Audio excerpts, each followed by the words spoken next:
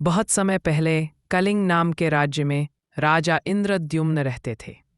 वे अत्यंत भक्त और धर्मप्रिय थे। एक रात उन्होंने स्वप्न में एक नीले प्रकाश से चमकते दिव्य भगवान को देखा। ऋषियों ने बताया कि यह भगवान विष्णु का रूप नीलमाधव है, जिसकी पूजा एक वनवासी प्रमुख विश्ववसु करते हैं। राजा ने अपने मंत्री विद्यापति को उस दिव्य प्रतिमा को खोजने भेजा।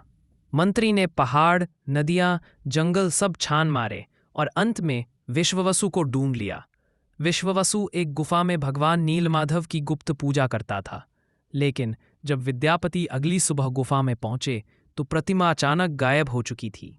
मंत्री दुखी होकर राजा के पास लौट आया। कुछ समय बाद राजा को स्वर्ग से संदेश मिला, पुरी के समुद्र तट पर एक भव्य मंदिर बनाओ। समुद्र में तैरता हुआ चंदन की सुगंध वाला लकड़ी का एक विशाल लॉग मिलेगा, उसी से मेरी मूर्तियां बनेंगी। राजा समुद्र तट पहुंचा और सचमुच एक विशाल नीम की लकड़ी का लॉग देखा, जिसे अनेक लोग मिलकर भी हिला नहीं पा रहे थे। तभी एक वृद्ध बढ़ई आया जो वास्तव में देवशिल्पी विश्वकर्मा थे और बोले, मैं मूर्तियां बनाऊंगा, पर शर्त है कि जब तक मैं काम करूं कोई दरवाजा नहीं खोलेगा। राजा ने सहमति दी। कई दिन बीत गए पर अंदर से कोई आवाज नहीं आई। राजा चिंतित हो गया और वचन तोड़कर दरवाजा खोल दिया। जैसे ही दरवाजा खुला, विश्वकर्मा गायब हो गए और मूर्तियां अधूरी रह गईं। हाथ पैर अधूरे, आंखें बड़ी और गोल संरचना अपूर्ण।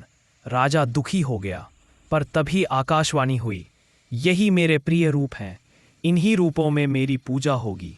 इस प्रकार बनी 3 पवित्र मूर्तियां, जगन्नाथ, बलभद्र, सुभद्रा। इन अधूरी मूर्तियों में यह संदेश है कि प्रेम पूर्णता नहीं, भावना देखता है। राजा इंद्रद्युम्न ने एक भव्य मंदिर बनवाया। जब प्रतिष्ठा का समय आया तो स्वयं ब्रह्मा जी स्वर्ग से उतरे और मूर्तियों की स्थापना की। पुरी जगन्नाथ मंदिर में कई रहस्य हैं। मंदिर का ध्वज हमेशा हवा के विरुद्ध दिशा में लहराता है। मंदिर की कोई छाया नहीं पड़ती। रसोई घर दुनिया का सबसे विशाल है। वार्षिक रथ यात्रा, जहाँ देवता विशाल रथों पर निकलते हैं। ये चमत्कार इस मंदिर को और भी पवित्र बनाते हैं।